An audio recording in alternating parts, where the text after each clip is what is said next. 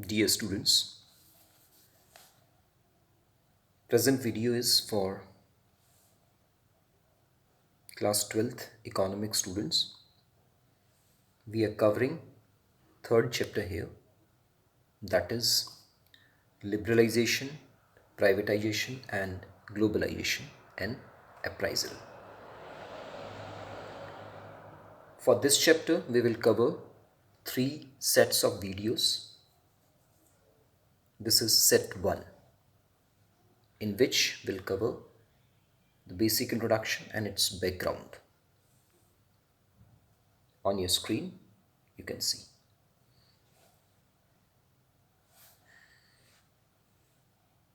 So we see that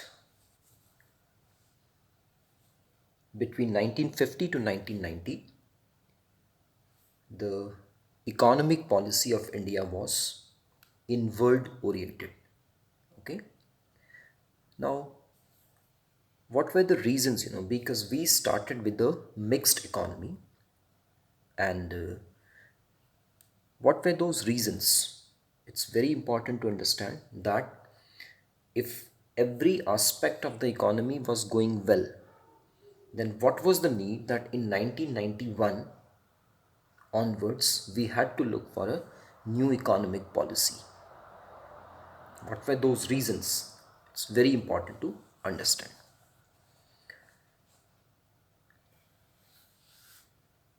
India, which started its development path from near stagnation, has since been able to achieve growth in savings, developed a diversified industrial sector which produces a variety of goods, and has experienced sustained expansion of agricultural output which has ensured food security. So from 1950 to 1990, India was doing quite good through those 7 5-year plans. India was developing in every aspect, whether it is agricultural sector, whether it is industrial sector, whether it is service sector. In agriculture sector, by Green Revolution, we brought food security to India. Now, what was the reason? In 1991, India met with an economic crisis relating to its external debt. The government was not able to make repayments on its borrowings from abroad. Foreign exchange reserves, which we generally maintain to import petrol and other important items, dropped to levels that were not sufficient for further compounded, sufficient for even a fortnight. Why this crisis of 1991 arose? The main reason was the external debt which India had. India had taken the loan from the different countries. We were not able to pay that loan back. Was one of the reason. Second, the foreign exchange reserves by which the import and export takes place, that payment was going very less.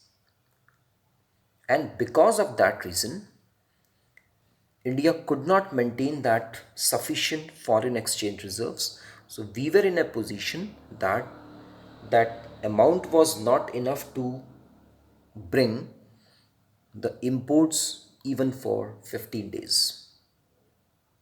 The main imported products are petroleum and other important items. Also, when the imports are less, then what happens? There is a shortage of the supply of products, and because of that, the prices of the essential goods, they were rising up. All these led the government to introduce a new set of policy measures which changed the direction of our developmental strategies. Due to all these factors, the direction of the development completely changed. which we are going to study in this chapter, which we are calling liberalization, privatization, and globalization. The new front developed in Indian economy. So we'll study about what was the background of this situation. The origin of the financial crisis can be traced from the inefficient management of the Indian economy in the 1980s. Why this problem, this financial crisis came? It's because of the inefficient management of the Indian economy in the 1980s. We know that for implementing various policies and its general administration, the government generates funds from various sources such as taxation, running of public sector enterprise, etc. What is the source of money the government has? Taxation and the money generated from the public sector undertakings. That is the main source of the government to run its administration. When expenditure is more than income, the government borrows to finance the deficit from banks and also from people within the country and from international financial institutions. When what happens? This expenditure becomes more than the income. The income which government gets from taxation or from public sector undertakings, when it becomes more than that, expenditure becomes more than that, so that deficit is being managed by the borrowings from the banks, from the people who can lend the money to the government, and even to the international financial institutions from where the money is taken. When we import goods like petroleum, we pay in dollars which we earn from our exports. And the money which we pay for our imports, we get that money through our exports. And the money has to be paid in dollars. Development policies required that even though the revenues were very low, the government had to overshoot its revenue to meet challenges like unemployment, poverty, and population explosion. This is the responsibility of the government. Government has to work in a welfare oriented manner. Like private players, government cannot be focused over the profit oriented manner. So when government has less source of income, still they have to go for the challenges like unemployment, the poverty, and the population explosion. These challenges even the government has to manage. The continued spending on development programs of the government did not generate additional revenue. When government is spending on these fronts, so revenue is not being generated. Moreover, the government was not able to generate sufficiently from internal sources such as taxation. And the sources by which the government gets the money, mainly taxation, was not enough.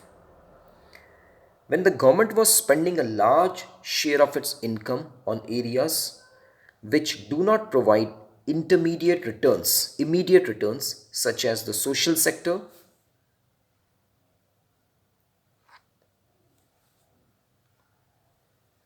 and defense, there was a need to utilize the rest of its revenue in a highly efficient manner. So when your income becomes less, when government was not able to generate more money through taxation, so it was very important that the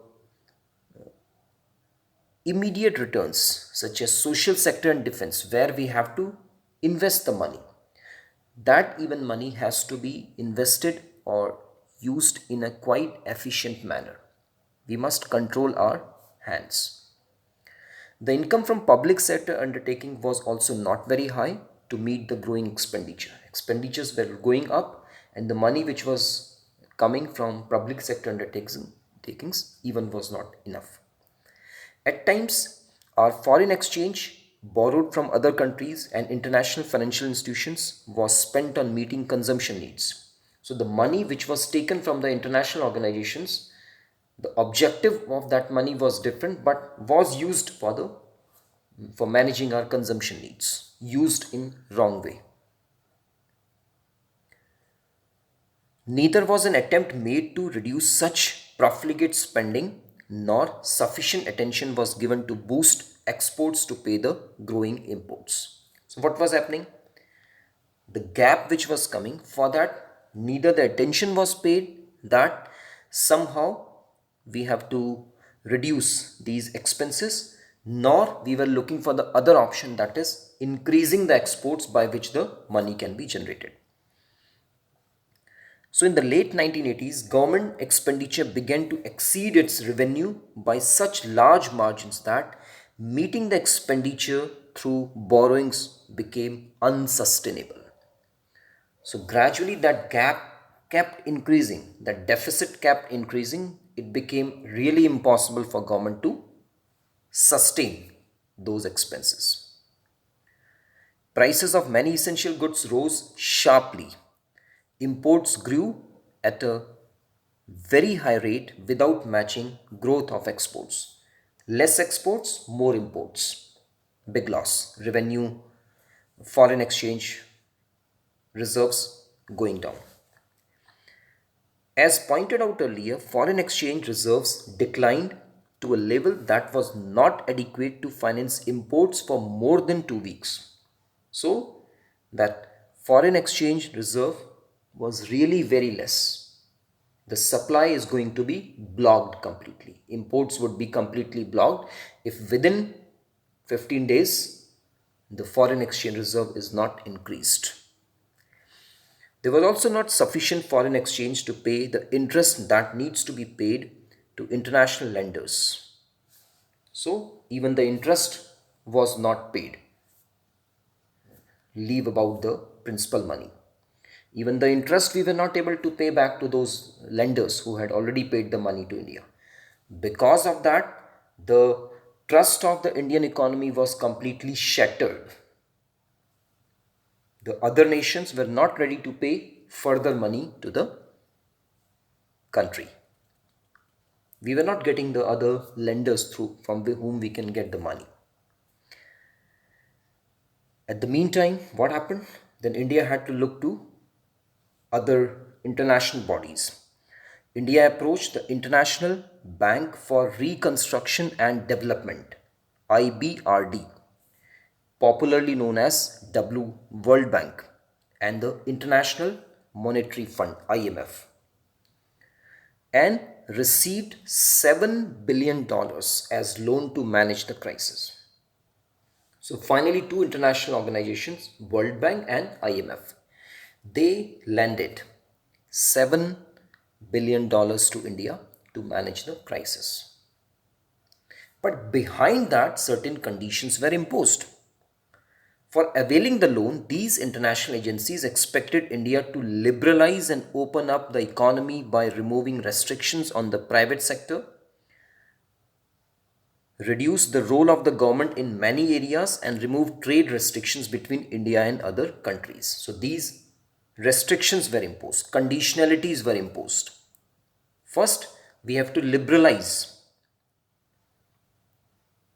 our rules and regulations for trade. We had to open the Indian markets for private sector. The restrictions which were imposed on the trade for the other countries had to be removed. India agreed to the conditionalities of World Bank and IMF and announced the new economic policy. We had no option. So, the conditionalities which were put by World Bank and IMF were accepted, and at that time India introduced that new economic policy. The new economic policy consisted of wide ranging of economic reforms. So a lot of reforms were brought. The thrust of the policies was towards creating a more competitive environment in the economy and removing the barriers to entry and growth of the firms. Conducive environment, supportive environment, competitive environment had to be created, and the barriers were supposed to be removed. The sole objective of this new economic policy. This set of policies can broadly be classified into two groups. Now, you can make two groups. These policies, which were framed in new economic policy, can be categorized in two groups. First, the stabilization measures and the structural reform measures. So, two things were done. One, stabilization measures. It means what? Is a short-term measure intended to correct some of the weaknesses that have developed in the balance of payments and to bring inflation under control. So stabilization measures were the short-term initiatives by which this balance of payment problem which has come in the foreign exchange reserves and in the repayments of the debt had to be managed, and the inflation rate, the prices which were rising, had to be brought down. The situation had to be managed. In simple words, this means that there was a need to maintain sufficient foreign exchange reserves and keep the rising prices under control. Plain thing. On the other hand, the other initiative, that is structural reform policies, are long-term measures aimed at improving the efficiency of the economy and increasing its international competitiveness. So, by second structural reform, what we had to do?